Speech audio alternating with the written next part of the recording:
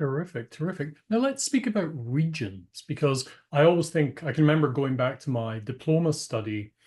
The Black Sea region is the largest growing region by far, right? And then Yes. there are other regions I'm not so good at pronouncing. So perhaps you could guide us through the other regions. Explain the main regional differences as well, I guess. Well, first of all, if we're talking about the Black Sea region, it's Odessa region, it's Mykolaiv region, Kherson region, and Crimea, which we still describe as a part of Ukraine, Yes, and yes, it's yes, yeah. also part of the Black Sea region, winemaking region. The region, the one that closer to Moldova, called Bessarabia, they have quite similar soils as Moldova, the rich soils. They do not have sea on their side, but they're Of still course. part of the Black Sea. Then there, beside the city of Odessa, there are a lot of wineries there. They're beside the sea, and of course, they have influence of the sea on the soil, on the terroir, the air, the climate. Mykolaiv, it's also beside the Black Sea, has the same influence of the sea, and Kherson. But unfortunately, Kherson was partly occupied in the first 9 months of the war.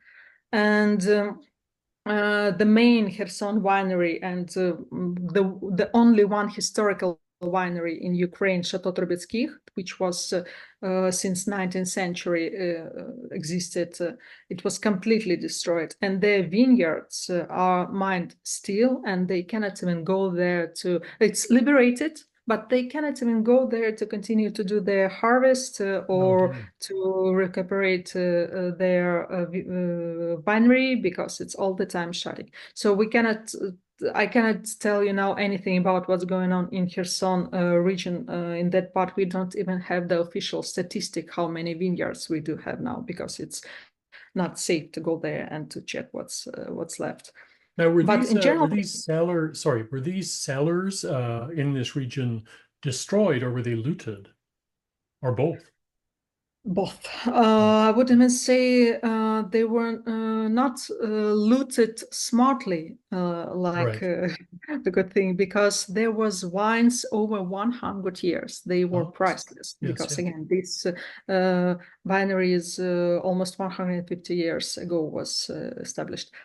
But what they do, because there was a video from the Russian military on TikTok, they film it like they are walking on these cellars over 100 years old with all these barrels, with these bottles that was in the safe part in the stone with Hmm. under the glass, because again, they are priceless.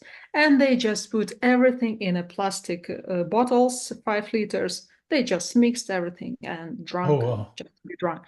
That's like erasing history. That's terrible. Yes, Yes. Yeah, yeah. yes, yes. They destroyed the history, they erased it, and also in the other bank on the Dnipro, just across this winery, we can see it on the map I've sent to you.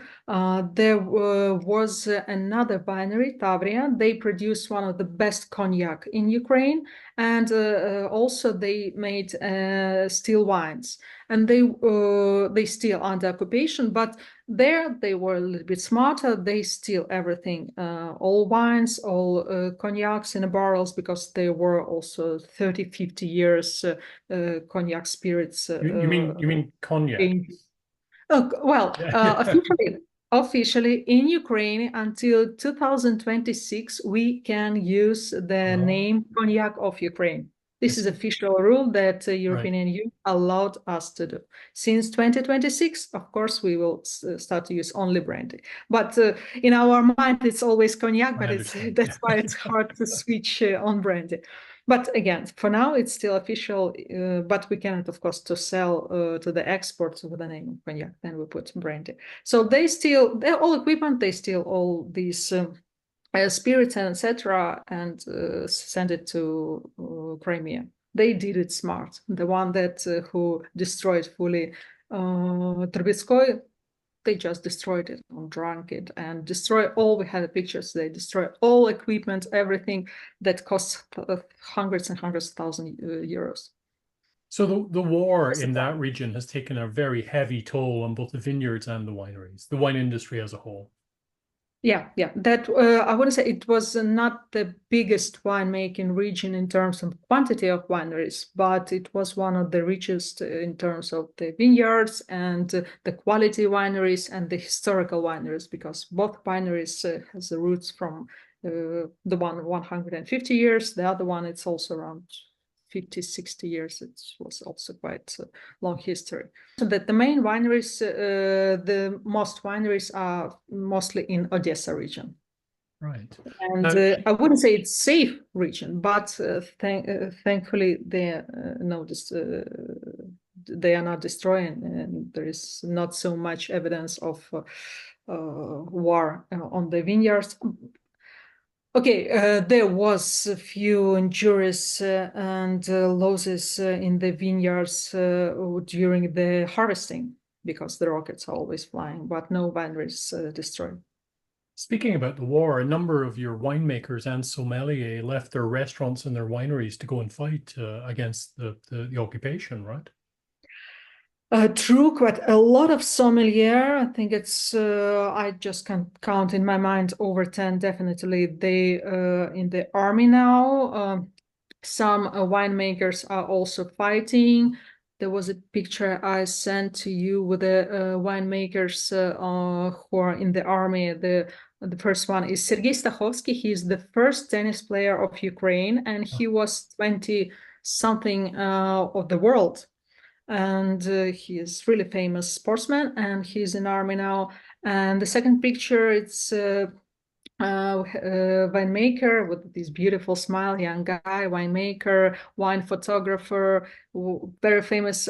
He made the best pictures of vineyards of Ukraine, and his pictures was in maybe all international magazines when we were talking about Ukraine. He also went to the army. He was a military photographer. He did all these reportages, but unfortunately we lost him this June. And this is the losses we have during the war. The same we had to our colleagues sommelier we lost in this war.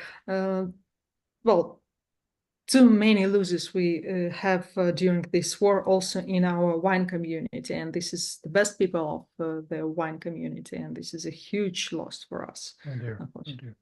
Now we mentioned your Black Sea region and the other one that I can never pronounce, but you do have other small satellite appellations that are dotted all over Ukraine, right? We don't have yet officially, because now this is what the government doing, we are doing, the European Union doing, trying to make the official PGI, PDO in Ukraine. There is no yet, but the main official region is Zakarpattia. Maybe for you to be easier, it's called Transcarpathia. Yes, I've heard of that. Yeah, I've heard, yes, mountains. It's behind Carpathian mountains. That it's perfectly for the wine growers, vineyards, because the mountains hide the wind, cut the wind, and they're always on the sunny side. That's why the wines there are fantastic. It's a perfect land for the white wines. Recently, they started to do the red wines. They are much lighter than in Odessa region. But again, during this climate changing, everything changing so quickly. Fantastic region, very close to Hungary. That's why, and it also was part of the Austro-Hungarian Empire. And that's why they have a huge impact of Hungarian, Austro-Hungarian into their winemaking, like grapes. They produce a lot of from Furmint, Chersegi, Lianka. They do also similar styles. And when we were in Vienna, we saw quite similar wines to Zakarpattia wines among Austrian wines. And all other regions, the Lviv, the one that closer to the Polish border, never been so well known as a winemaking country or winemaking region. But now we do have quite a lot of wineries there, then Ternopil region, then Zhytomyr, Kiev. I don't know any region now in Ukraine, maybe no, not even in Lugansk, but it's totally occupied by Russia now. that has no binary now. Right. Because all region of Ukraine, even the Chernihiv, the northeast part, the one close to Belarus, they do have binary there, and they produce wines. They have a very good red wines, and also a lot of these wineries that's quite north, let's say, they're working very good with the PV grapes because they are easier to grow in not too warm territory. But Oh, I as you know, understand. in summer we can have 35 plus, in winter we can have 20 minus, so it's quite a huge difference of Kind of like Canada. We get the yeah, same here. but we don't have so much cold and for so long to make a really good ice wines. Right, And right. we do produce ice wines, but in Zakarpattia mainly. But most of them, the grapes are freezing instantly because we do not have enough snow and low temperature to freeze them I next see. away. So we were speaking about grape varieties there. I'm always fascinated by the swathe of grape varieties that one finds in Ukraine. And one of the most fascinating things I found about Ukrainian wines is the prevalence of the Aligote variety. And I wanted to ask you, why is Aligote one of the, if not the main grape in Ukraine? Why is that? What's the historical reason for that?